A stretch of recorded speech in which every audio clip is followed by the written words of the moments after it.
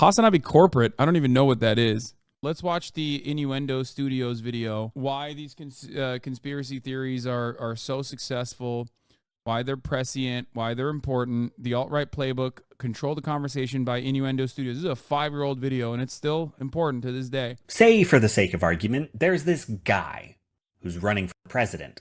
It's late in the campaign, and one of his chief liabilities as a candidate is that over a dozen women have reported that he sexually assaulted them, among them his ex-wife and a 13-year-old girl. His candidacy depends on convincing enough of the voting public that these accusations are false. But then, shortly before the election, audio leaks of this guy, backstage on TV and unaware his mic was on, not just admitting to, but bragging about kissing and groping women without their consent. So the first question is, how's he gonna spin that? And the answer comes in the form of an internet apology video where he begins with something like, I don't know, I never said I was a perfect person or claimed to be someone that I'm not. At which point you pause the video like, dude, yes you have. You have done literally both of those things. So you pop on over to Twitter and comment on how this guy's apology opens with 2 comically untrue statements. And like flies to manure, his supporters show up in your mentions. And they say, that audio is from years ago. What he means is he doesn't speak that way about women anymore. To which you point out, yes he does.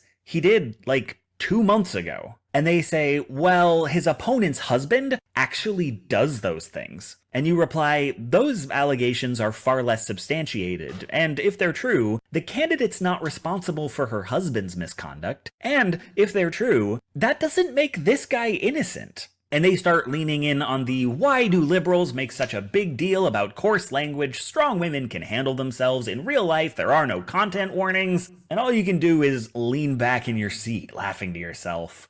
What kind of debate is this even? There's not a single thing your opposition has said that isn't provably false or irrelevant, and they change the subject every 30 seconds. They clearly have no actual position and are just grasping at... Yeah, and yet they won, because the entire point is to viciously, maliciously, and deliberately move the conversation away from actually taking place. You just don't, there's no goal there to just like have a sensible conversation. It's just trying to muddy the water. Straws because they can see they're losing. So you don't really have to pay them any mind. They won't endure. Thing is, they have. Not only does this manner of argument endure, it keeps winning elections. Why? Folks, let me introduce you to one of the most foundational strategies of reactionary rhetoric. Control the conversation. Much of what we discuss in this series will come back to this in one way or another. Now let's be clear, a lot of the alt-right is okay with or even in favor of sexual assault against women, but it's not politically viable to say so. It's true, but it's such a funny thing to just like say. It's a sad yet kind of funny thing to say, even though it is 100% true. So if their guy is a serial harasser and they want people to vote for him, they How is it funny? Well, don't you think that it's like fucking tragic, but also comedic in a weird way that like there are people who are just like literally fucking pro-sexual assault? It's the juxtaposition of what you expect from a human being versus like being unimaginably cruel. You can see comedy in something that is absolutely insane, even though it's dark, okay? Just because we are watching, yes, it's tragic comedy because it's literally true. Now, let me explain something to you, okay? Just because we're watching a video from 2016 doesn't mean that your brain should be wired in the most 2016 way possible, okay? I don't have to fucking describe to you the terms of what I laugh at every single goddamn time. Holy shit. We laugh at dudes saying insane racist shit every day. Exactly. I feel like what that chatter is doing is basically what this guy is doing, but on the fucking liberal spectrum. When you come in and you go, explain tragic comedy to me right now, or else my neurodivergence will imply that you yourself are in favor of sexual assault happening. You're doing the exact same thing that this fucking freak is doing, okay? He just had like he maxed out his autism stats for fucking niche esoteric Nazi bullshit. You maxed out your autism stats for the other side, for like radical liberalism, okay? Have to control that conversation. They have to let people think that a vote for this guy is not a vote for sexual assault. How it works is every one of these bad arguments is a subtle attempt to... Meanwhile, you should be maxing out your autism stats on trains, okay? And viable public transit options, please. That's what you should be maxing it out on, not any of this dumb shit. Change the subject. Now, changing the subject mid-debate isn't a remarkable phenomenon. We call that moving the goalposts. And if that's all that was going on, I wouldn't waste your time making a whole video about it because that video already exists. Link in the down there part. Controlling the conversation is a bit more sophisticated. To understand it, we have to look at how the goalposts move and where they get moved to. Regarding how the goalposts move, you must understand this. Bad arguments are not a bug, they're a feature. I mean, what are the positions in this debate? On one side, it's this guy admitted to groping women, and on the other, it was all just locker room talk. And trying to convince people that a guy who said he groped people didn't actually grope... Look, you're doing it again, you're doing it, you're continuing it. You're continuing the conversation. The effort here is not to have a viable conversation. The effort here is to just have yourself be represented in the chat and to derail the conversation from happening, further conversation from happening. I never said that Nazis and rad leftists or rad libs are equivalent, okay? Morally equivalent. I never said that. I said in a very hyper-specific scenario where your goal is to cause disruption in a narcissistic way, you are engaging in the very same battle. You're just using different aesthetics. Ultimately, on the morality spectrum, these are not, I'm not like a believer in the horseshoe theory or anything like that. But why you chose to do this? Because it's a little narcissistic. I get it. You want attention. I understand. Okay, we all do. We want to feel loved. We want to feel noticed. Please move away from this interest, at least for the duration of this AltRight Playbook Control the Conversation video, because you are ironically trying to control the conversation. Take a day off. Grope people is not a favorable argument for his supporters to have, so they just don't have it. If their position is he didn't really do what he said he did, they've learned never to make that argument. They make the next argument. Because if we were to agree that it was all just locker room talk, the next argument would be, and he doesn't talk that way anymore, or and his opponent's husband actually does those things, or and coarse language has no negative effects on women. The trick is to treat you like you've already agreed to their position, and make claims that treat it as a given. Cognitive scientists would call this presupposing a frame. If you're on whether or not he still speaks that way to women, you've unwittingly agreed that that's what you're talking about. And that's why it benefits the right to insist that language is harmless despite a wealth of contradictory data, because if liberals provide the data, it gets them talking about speech. Bad arguments are bait, because liberals can't resist digging into them. They don't like letting false statements slide, and often they won't even notice if that statement is off topic. So there are few better ways to get Democrats talking about what you want them to talk about than to defend your position badly. Regarding where the goalposts move, let's step back and ask ourselves, what is the purpose of debate? The liberal conception of debate is usually along the lines of Joseph Joubert's adage, the aim of argument or of discussion should not be victory, but progress. You're thinking Plato and Glaucon, or maybe Debate Club. Two sides debate until one side wins, or until a third conclusion is reached together. Either way, the goal of debate is to arrive at the truth. That's not what debate means on the right. There, debate is a chance to perform strength, integrity, and certainty. So conservatism is inherently easier to defend because all they have to discuss is positive freedoms and the status quo. Ding, ding, ding. And also, you can take it one step further and literally do it while lying simultaneously.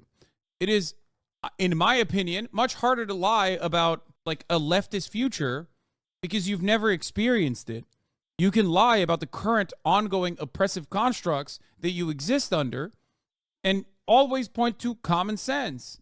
Oh, it's just common sense. What do you mean? That's just how it is. As I've described time and time again, it takes 1 second to lie and 1,000 hours to disprove said lie. especially when you're lying in the right-wing direction. You don't debate until a victor is declared. You debate as long as you can keep eyeballs on you, forever if possible. There, the truth doesn't win because nobody wins, not in any formal way. You may scoff at that, but let's think about it.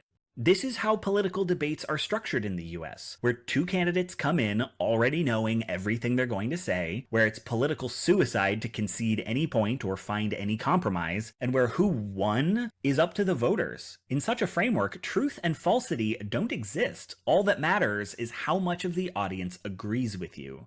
And if that's your framework, then what's in your best interest is to steer the conversation swiftly and efficiently to something you and your opponent will never agree on, because that gives you the most opportunities to look firm in front of an adversary. The value of turning a conversation about sexual assault into a conversation about sexist language is that the effect of sexist language is a place where the left and the right are fundamentally at odds. This is something Republicans can argue about till the end of time, because the left's understanding of systemic issues does not jive with the right's views on personal responsibility. Yes, of course, if the president spoke this way in the White House, it might be alienating to any woman who works there, but the right sees this as a personal failing on the part of the woman, not a systemic failing on the part of men. Sure, he shouldn't have said that, but really, she needs to lean in. And all the articles, all the data, all the reports that say that's not how this works in practice, they are useless in the framework of a performative Twitter argument or a 1-hour TV debate. A proper understanding of institutional sexism just takes longer than that. One other part of this is also the oppressive constructs and everything that you experience is reinforced through our culture, which is dependent on the material conditions. So if the system itself is racist, let's say, you're making me more conservative, Hasan. That's my favorite type of conversation, where someone's like, dude, I was dumb as shit before I got in here, but let me tell you, I've gotten way dumber now. Oh boy, I do not like the things you're saying. I am going to literally dive into the fucking rabbit hole now. White supremacy exists in a country that was designed to have chattel slavery. It's obvious. Most people recognize it, especially if you're educated on the matter. However, if you're not educated on the matter, or rather you're educated in the opposite direction, like you're a fucking kid in Florida, let's say, or in the South, where they teach you completely different things about the Civil War, completely different things about the civil rights movement, as a matter of fact, okay? And that you are learning all the wrong things. You also live in a segregated community. You are far removed from seeing a black person ever. And when you do experience a black person in your near vicinity, you have all of these hang-ups from all of the stereotyping that you've seen in local news and mainstream media. Black people are violent, angry, and you know, maybe slavery wasn't all that bad. Why are they so mad all the time, right? The war of northern aggression. You already have this foundation that is built, and it's designed that way. It's designed that way for you to have these kinds of opinions and these kinds of attitudes. And when you're primed with this kind of misinformation, a guy comes along and tries to describe systemic racism to you. You already have the preconceived biases, especially if you are a white kid too. You know, you have your own hangups. Why aren't they talking about my own personal issues? Why are they telling me about what black people are going through? That's going to take a long-ass time to unwind and reconstruct society as it actually exists. The much simpler conversation to have in that situation is to just say, yeah, black people are violent. That's why those communities need to be over-policed. That way, you're appealing to the preconceived biases that this person already had. You're corresponding. Your information corresponds to the world as they know it, because they haven't experienced it. They've only seen it. And it gives you a hug box. It makes you feel smart, like you're a big smarty pants. I was right about this.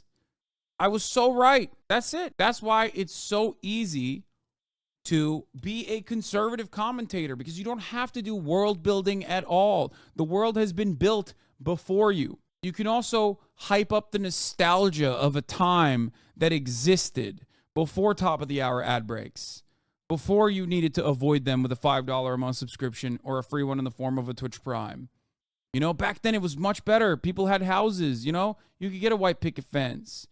You could easily just pay a $5 a month subscription to avoid the ads at the top of the hour at the HasanAbi broadcast. Weren't things much nicer? And you can hit people in their fifis. Now, I should stress, because it will be true for most of these videos, this isn't a master plan cooked up by some shadowy alt-right cabal. Most of the people who argue in this fashion, not all, but most, are simply doing what works without necessarily knowing why it works. It's picked up through observation or by trial and error. And it's not exclusive to the right. Everybody does this sometimes. It's just that the right has made it core to their entire platform. Anyway, why would anyone use this framework? Well, if your opposition has facts on their side, then you need a framework where facts aren't important. But more broadly, if the goal is to win over the public, then the public does respond to honesty, but they also respond to moral certainty. And the right tends to sell certainty better than the left sells truth. This is what they're good at. This suits their worldview. They speak of a universe where opposing sides never agree because agreement is impossible. And since agreement is impossible, you never have to compromise. Actually, being conservative requires incredible education. Like, for example, if they laugh at you about Jewish space lasers, you need to know another country in the Middle East and say it's actually the Chinese space lasers. True. Exactly. One simple trick. You can also just blame the Chinese. You could still be anti-Semitic and still blame the Chinese. Like, for example, RFK Jr. did this recently, which is the Mega Man 5-head, actually 15-head take. When you go, the Chinese created a bioweapon that specifically doesn't Jews, Ashkenazi Jews. That is the final culmination of conspiratorial thinking where it's a double whammy, okay? You basically said, Jewish people avoided getting killed by COVID due to the Chinese-made bioweapon that was COVID.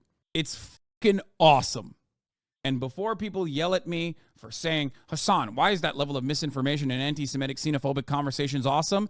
Please understand, I think it's good that people are spreading these conspiracy theories. I like it, okay? That's why I said it's awesome. Not because I find the mania funny, but personally, I love misinformation. I love when it spreads, especially of the xenophobic anti-Semitic variety. Not because of the unique creativity that I understand is necessary to cultivate such fucking insane conspiracy theories that my brain-rotted brain responds positively to, because at this point you have nothing to do but laugh, but because I like it.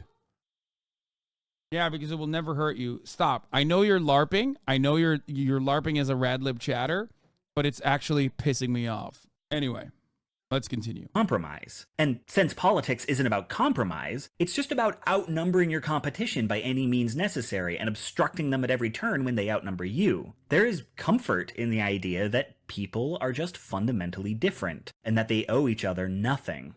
And if victory is defined by holding your own, then the Democrats' desire for compromise is a weakness that can be exploited.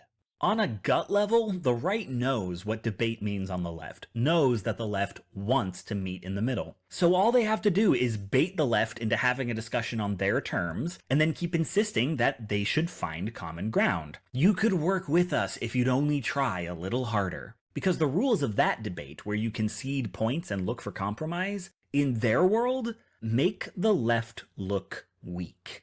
And as long as the right controls the terms of debate, conciliatory loses. That's how they control the conversation, move the entire debate to their framework using a bad argument as the worm on a hook. Now, understanding this, you may find yourself tempted to engage in that debate because, knowing the rules, you think you can dig in your heels, put on a better show, win over more of the audience. But the one piece of advice I have for you is, never take the bait. Don't let them turn you away from the real subject. This guy assaulted women, and that has nothing to do with speech. Theirs is not... There are a lot of debate bros who are good and need to watch and understand this vid. I mean, this is pretty much half the reason why I always say debates are not how you arrive at, the truth through Socratic method or anything. And instead is just like pseudo-intellectual WWE wrestling. It's theatrical. There's a song and dance that you're playing.